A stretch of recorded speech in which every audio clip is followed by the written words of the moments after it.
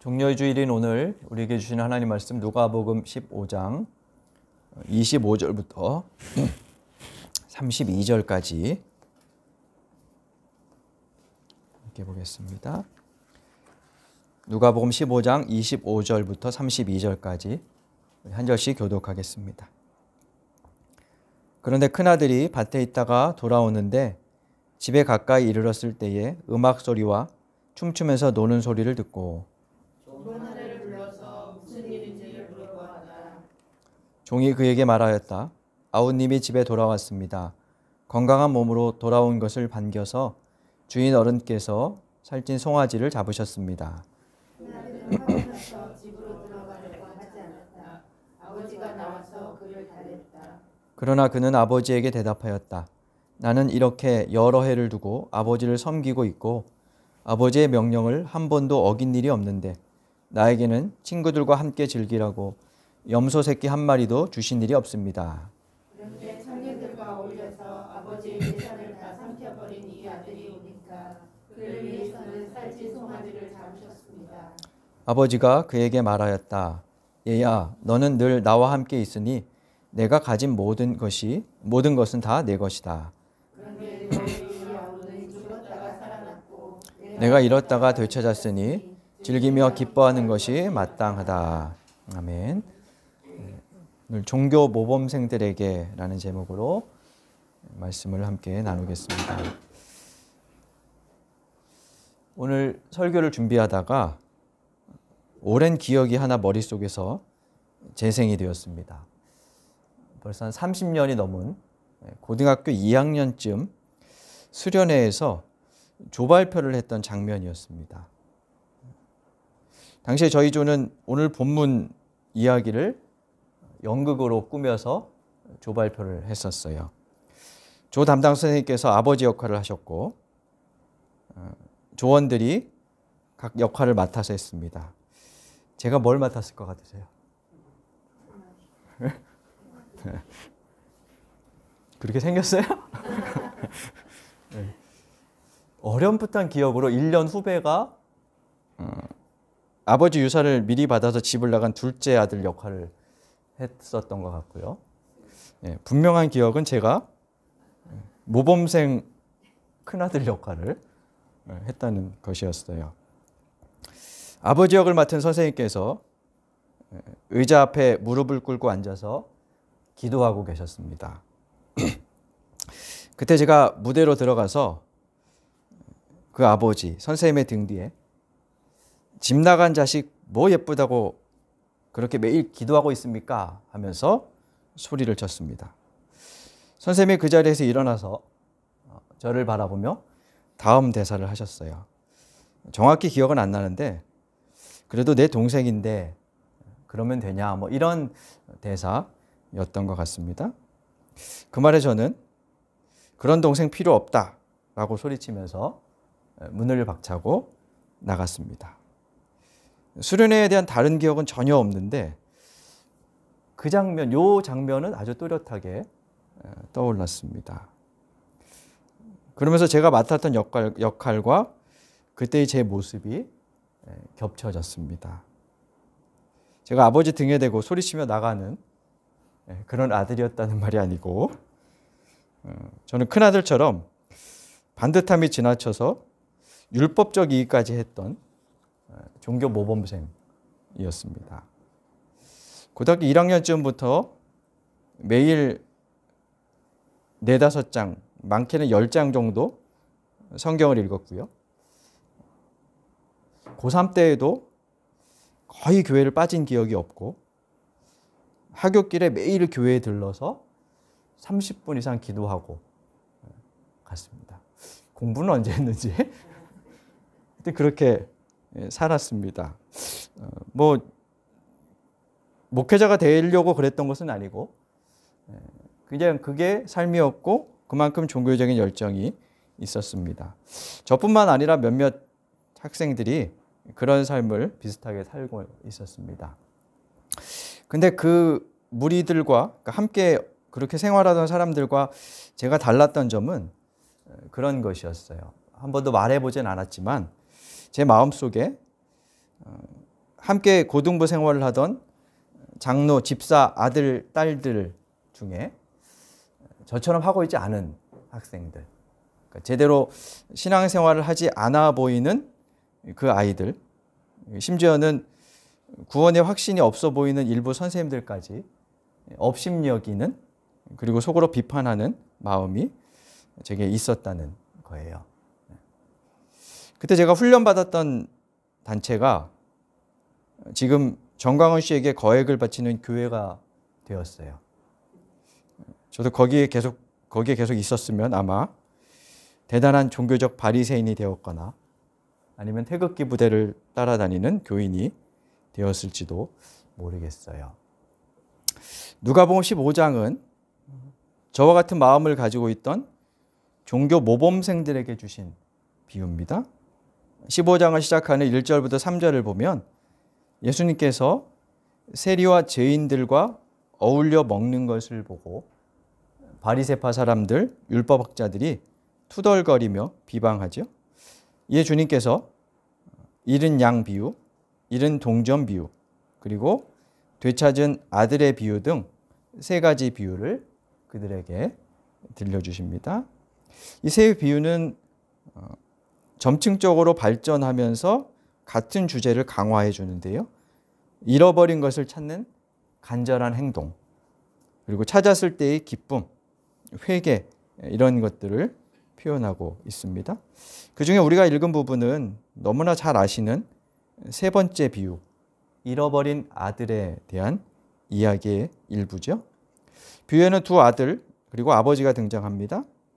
어느 날 작은 아들이 아버지에게 자기 몫의 유산을 요구하지요.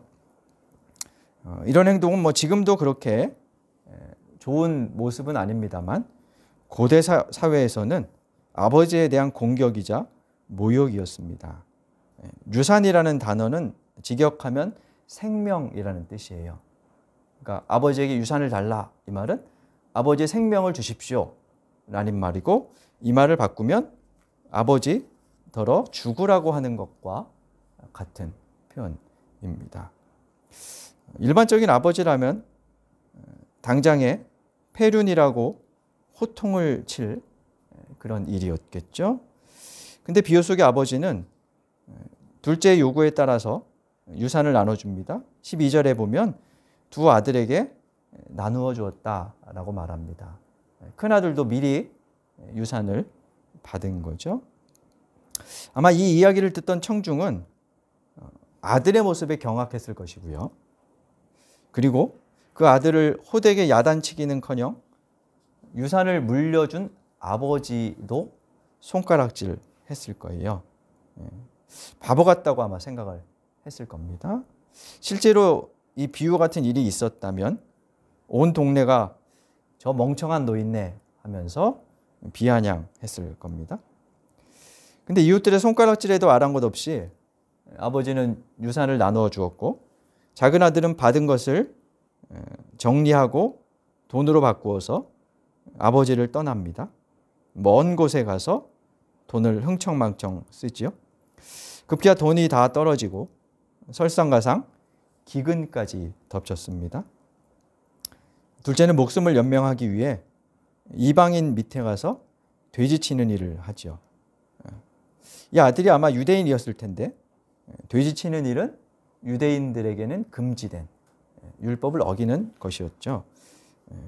그 말은 인생이 그만큼 바닥을 치게 되었다는 겁니다. 그때서야 둘째 아들은 정신을 차리고 아버지에게 가서 종이라도 돼야겠다 하는 마음으로 발걸음을 집으로 돌립니다. 그리고 이야기의 초점은 아버지에게로 옮겨가지요. 20절에 보니까 아버지는 터벅터벅 걸어오는 저 멀리에 보이는 아이가 자신의 아들인 것을 알아봅니다. 아마도 이 아버지는 저와 연극을 했던 그 선생님처럼 아들을 위해서 매일 기도하며 기약 없이 서성이고 있었을 거예요. 그러던 어느 날 아들이라는 것을, 저 멀리에 있는 아이가 아들이라는 것을 단번에 알아보고 먼 거리를 달려가 측은한 마음으로 얼굴을 부비며 목을 껴안고 입을 맞춥니다. 성인이 뛴다는 것은 고대 관습에 맞지 않는 품위를 손상시키는, 품위에 어긋나는 일이었습니다. 우리 사회도 예전에 그랬죠. 양반들이 뭐 뛰지 않고 어른들이 뛰는 것은 그렇게 봤는데 고대 사회는 그랬습니다. 근데 이 아버지는 자신의 권위가 상실되는 것은 아랑곳하지 않습니다. 주변에 아마 동네 사람들이 있었다면 그렇게 뛰는 아버지를 탐탁지 않게 바라봤을 거예요. 아들을 반기고 아들에게 가장 좋은 옷, 아버지의 옷을 말하는 거예요. 그리고 반지를, 그리고 신발을 새로 꺼내줍니다. 반지는 그 집안의 장자로서, 아들로서의 권위를 나타내고, 신발은 신분의 회복을 뜻합니다. 아들은 종이라도 좋습니다 하는 마음으로 왔지만 아버지는 그를 원래의 자리로 회복시켜 주지요. 거기에 더해서 살찐 송아지를 잡아서 잔치를 벌입니다. 살찐 송아지가 어느 정도 크기였는지는 모르겠지만 한 마리 송아지를 잡아서 가족이 아무리 많아도 하루에 다 먹기는 무척 힘들었겠죠.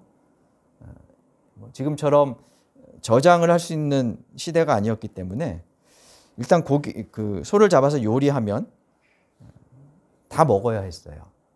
그래서 이 잔치는 그냥 가족들의 잔치가 아니라 온 동네의 잔치였다는 것을 암시적으로 보여줍니다. 동네 사람들이 초대를 받아서 잔치에 와 있었을 거예요. 근데 그들의 눈에는 아버지가 좀 지나쳐 보였겠죠.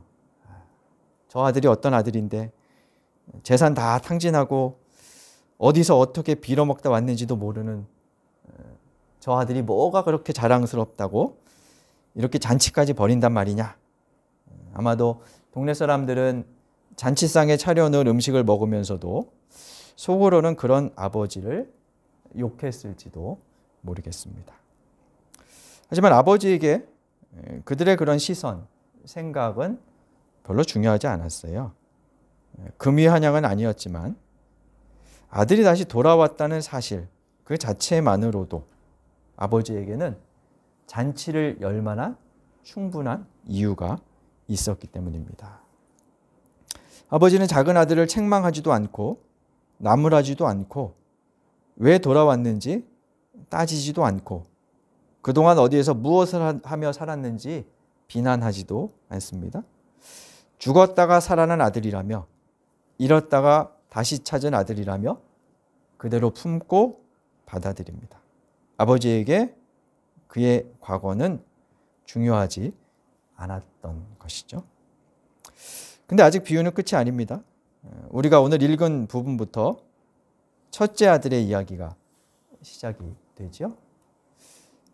밭에서 일을 하다가 집으로 돌아오던 첫째 아들은 집에서 흥겨운 음악 소리, 사람들의 떠드는 소리가 나는 것을 듣습니다.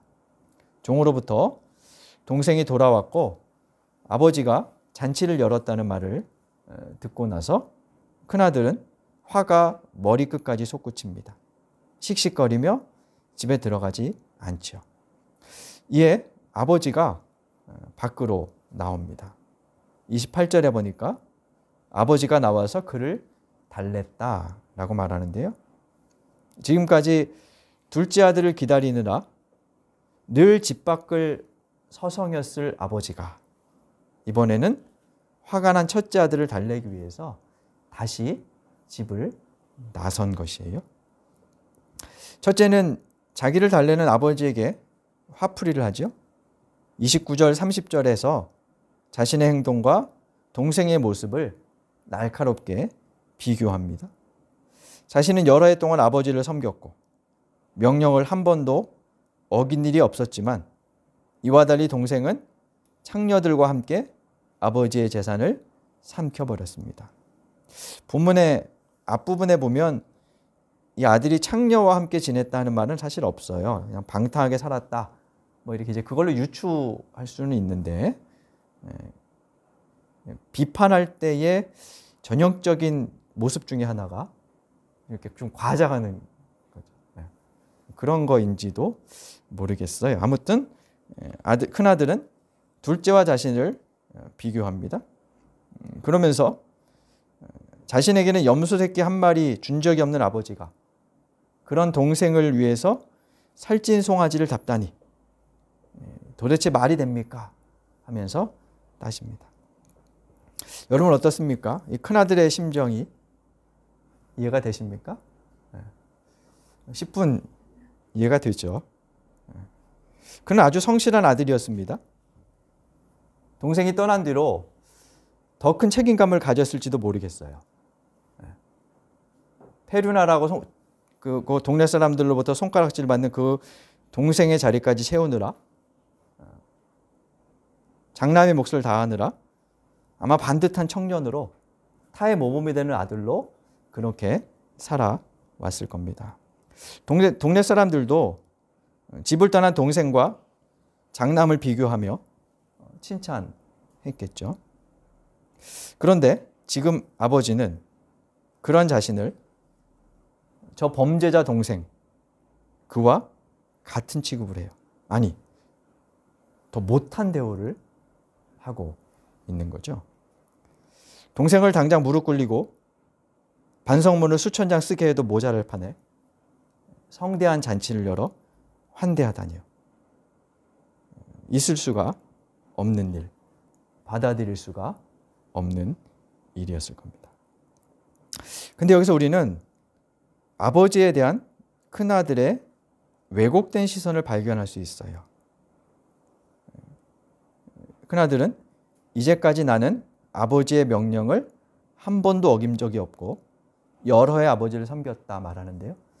이 섬긴다라는 표현은 종이하는 듯한 행동을 말합니다. 그에게 아버지는 율법이었고 주인이었어요. 자신은 그 율법을 따라야 하는 존재요 종이었습니다. 스스로 말하듯 아버지의 명령을 한 번도 어기지 않고 따르며 순종했던, 아버지의 말을 하나라도 어기지 않으려고 애썼을 큰아들의 모습이 그려집니다. 근데 그러는 사이 그는 아버지로부터 멀어졌어요. 아버지와의 인격적인 관계는 점점 사라졌습니다. 아버지와 한 집에 있었지만 아버지의 마음을 헤아려 본 적이 없었고 헤아릴 수도 없었습니다. 그러니 아버지가 동생을 애타게 기다리는 이유도, 지금 둘째를 저토록 반기는 이유도 알아차리지 못했겠죠. 그런 점에서 둘째는 멀리 집 밖을 떠나서 아버지의 마음을 어지럽게 했다면 큰아들은 집안에 함께 있으면서 아버지의 마음을 헤아리지 못한 그런 자식이었습니다. 당시에 바리새인들이 그랬습니다. 그들은 율법의 작은 것 하나라도 어길까 봐 노심초사하며 자로 잰 듯이 그 모든 것을 지켜내려는 종교적인 모범생들이었어요.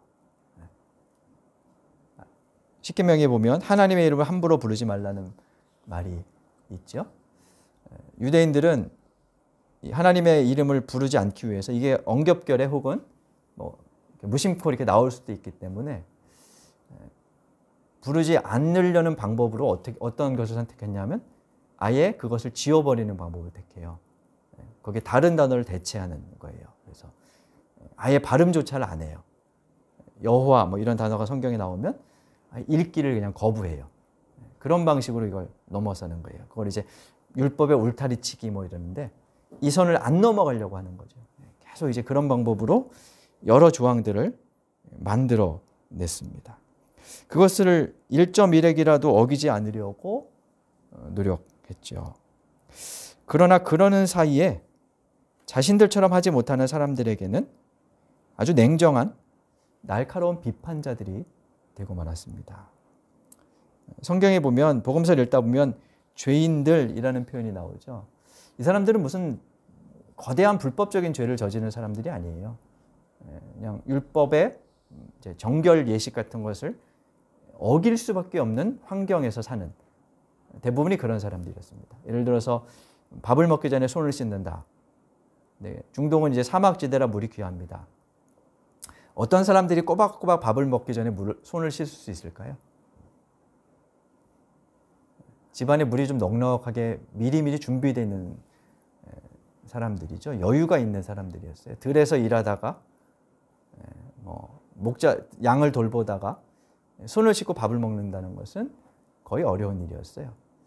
그러니까 환경이 어쩔 수 없이 그것을 범하게 만들었고, 그래서 그런 사람들이 죄인의 부류로 그렇게 여겨지고 있었어요. 뭔가 마음에 은큼한 생각을 갖고 있어서 죄인들이 아니라 환경이 그렇게 그 사람들의 삶을 만들어 갔고, 그것을 상대적으로 수월하게 지킬 수 있는 사람들에 의해서 죄인으로 취급당했다는 거죠. 바리새인들이 그런 모습이었습니다. 그들은 하나님께서 자신들처럼 종교 모범생으로 사는 사람들을 기뻐하실 것이라고 생각했을 겁니다. 하지만 죄인들을 품고 받아들이시는 하나님 마음은 헤아리지 못했죠. 그래서 예수께서 세리와 죄인들을 품고 어울리시는 것에 분노했던 것입니다. 대구 성서 아카데미라는 사이트를 운영하는 정용섭 목사님이라는 분이 있습니다. 3권 정도 설교 비평을 한 책을 썼는데요. 국내 유수한 꽤 좀 시간이 지난 책이긴 합니다만 국내 유수한 여러 목사님들의 설교를 이렇게 분석하고 비평한 그런 책입니다.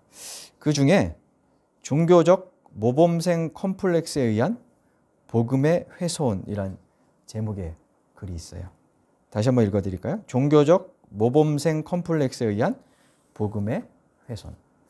무슨 얘기냐 하면 많은 설교자들이 교인들을 종교적 모범생으로 만들려는 목표로 설교 시간에 종교적으로 이런 거 행해야 돼, 저런 거 행해야 돼, 이런 잔소리를 늘어 놓는다는 거예요. 그래서 이제 뭐 잔소리로 듣진 않죠. 이게 당연히 해야 될 일이다, 이런 식으로 우리가 듣긴 합니다만, 이분이 볼 때는 그것은 성경의 핵심, 복음의 핵심에 도달하지 않는 그냥 피상적인 어떤 행위들만을 요구하는 잔소리이다라고 이제 봅니다. 그리고 교인들은 그에 부응하기 위해서 저마다 종교 모범생이 되려고 애쓴다는 거죠. 근데 모범생 하면 여러분들이나 제가 떠올리는 이미지가 있죠. 그게 고정화되어 있어요. 뭔가 천편일률적이고 획일적인 그런 형태들입니다. 그래서 거기에서 벗어나면 일탈하는 것이고 이렇게 비행이 되고 뭐 이렇죠. 요즘엔 그렇게 안 받아들이지만 저나 우리 여러분들이 살던 시대에는 다 그렇게 생각을 했죠. 종교 모범생도 마찬가지예요. 이게 획일화됩니다. 그래서 모든 교인들이 천편일률적으로 같은 삶을 살게 만들고요. 각각의 개성과 고유함들이 잘 살아나지를 않게 된다는 거예요. 뭐 비율법적으로, 비윤리적으로 살아도 좋다는 그런 뜻이 아니라 한쪽으로 치우치는 획일화를 우려하는 거죠. 그러면서 어떤 현상이 벌어지냐 하면 일반적으로 모범생들은 성실하게 살아서 사회에서 성공합니다. 그처럼 종교 모범생들도 교회에서든 사회에서든 성공해서 주류로 편입할 수 있다는 성공신화, 혹은 그렇게 돼야 한다는 그런 기대감들을 갖게 한다는 거죠. 모범생 신화를 양산한다는 거예요. 아울러서 그에 부응한 사람들은 우월감을 갖는 반면에 그에 들지 못하는 사람들은 종교적인 열등생이라는 자기 비난과 죄책감에 빠지게 됩니다. 저는 고등학교 때 TV 보는 것도 죄라고 생각을 했어요. 그러면서 봤죠. 죄책감에 시달리면서 봤죠. 근데 지금 생각하면 그게 굉장히 저를 누르고 있었다는 생각을 많이 합니다. 그게 복음에 반하는 것이고 복음의 정신을 훼손하는 것이다 라고 정 목사는 이야기합니다. 복음의 본질에 깊이 들어가면 자유함이 있어야 하는데 그렇지가 않다는 거죠. 하나님의 나라는 오늘 아버지가 작은 아들, 큰 아들을 다독이며 받아들였듯 모두를 품는 세계입니다. 아무것도 아닌 나에게 자초지정을 묻지 않고 다독여주는 아버지가 계신 곳, 그것이 하나님의 나라입니다. 오늘 비유의 마지막은 아버지의 대사로 끝나요. 아마도 아버지는 이 대사를 말하면서 집 밖에서 첫째 아들의 소매를 잡아당기며 함께 들어가자라고 애원하고 있었을 것입니다. 둘째가 돌아왔을 때 그의 얼굴을 부비며 품었던 그 마음으로 말입니다. 이런 아버지의 모습은 하나님 나라의 특성을 보여주는 것입니다. 그 아버지의 집은 그지없는 관용과 자비의 공간이었습니다. 반면 종교 모범생이었던 바리새인들에게, 큰아들에게 아버지의 집은 형벌과 복수의 공간이었습니다. 여러분은 어떤 나라에서 살고 싶으십니까? 우리가 이루어가야 할 나라는 어떤 나라일까요? 주신 말씀 기억하며 묵상으로 기도드리겠습니다.